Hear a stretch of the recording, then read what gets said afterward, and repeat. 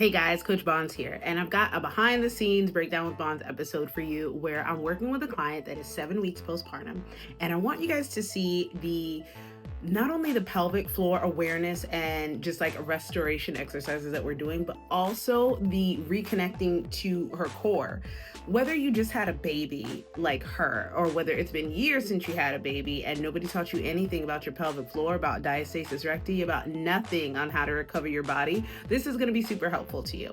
So once again, whether you're someone that just had a baby, or whether you're someone that wants to figure out a way to stop tinkling on themselves, or you want to learn how to relieve stress and reconnect with your core, whatever the issue is, I want you to go ahead and tap in, watch this video, share it with someone that could use it.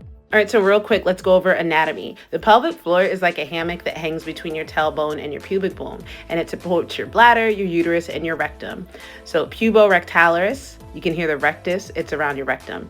Pubococcygeus, pubo like pubic bone, coccyx like tailbone, and iliococcygeus, that connects from your hip to your tailbone. You don't have to remember these, but sometimes they get weak or disconnected from pregnancy.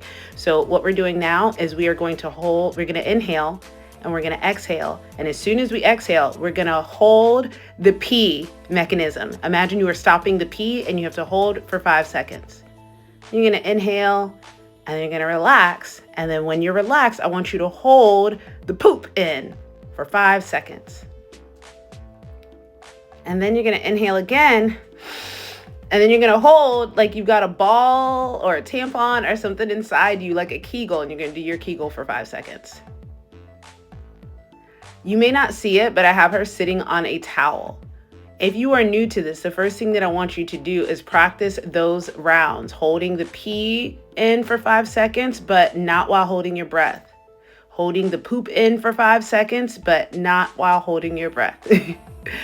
Holding the Kegel position in for 5 seconds, right? But you're not like squeezing and holding your breath. You've relaxed, right? So it's like not breathing for 5 seconds, but also not holding your breath. Does that make sense? Okay.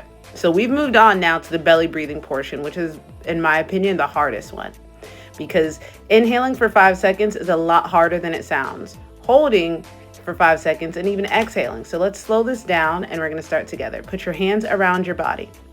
When you inhale, I want you to imagine that you have to push your hands out of the way in order for your stomach to expand. So put your hands, you see how we got one on the side, one on the front/side? As you go to inhale, you don't want your chest and your shoulders to rise up. You want to direct that air into your belly and do it slowly. So you got to suck in the air nice and slow. We're going to do it through our nose. So suck in through the nose nice and slow, almost like from the back of your nose, instead of a big from the back of your nose. Nice and slow. The first time it'll be hard, but just pause where you can. Hold for 5. And then slowly exhale and allow your belly to deflate.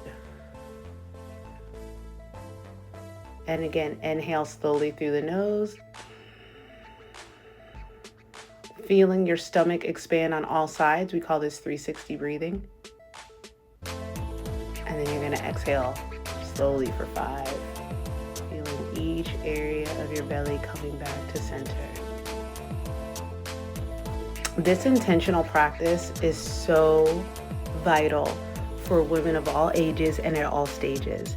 As someone that has trained women and noticed that, one, we don't breathe when we're working out. Not only do we not breathe, we don't have any mind and muscle connection with the muscles we're working. We just be in there flopping, moving weights. And not only that, we have no connection to our inner world, the inner world that creates worlds. Ladies, tap in to these inner workings of your body. It seems trivial and it seems very disconnected, and that's intentional. The more disconnected you are from your body, the less you are connected to yourself and capable of your full power. Part of my holistic coaching practice is not only just helping women lose weight and feel great, but reconnecting with themselves, because that's where the true power comes from, being in touch with your body. So I hope that you found this helpful. Please like, share, and comment. Let me know what you found helpful and what other videos you would like to see like this.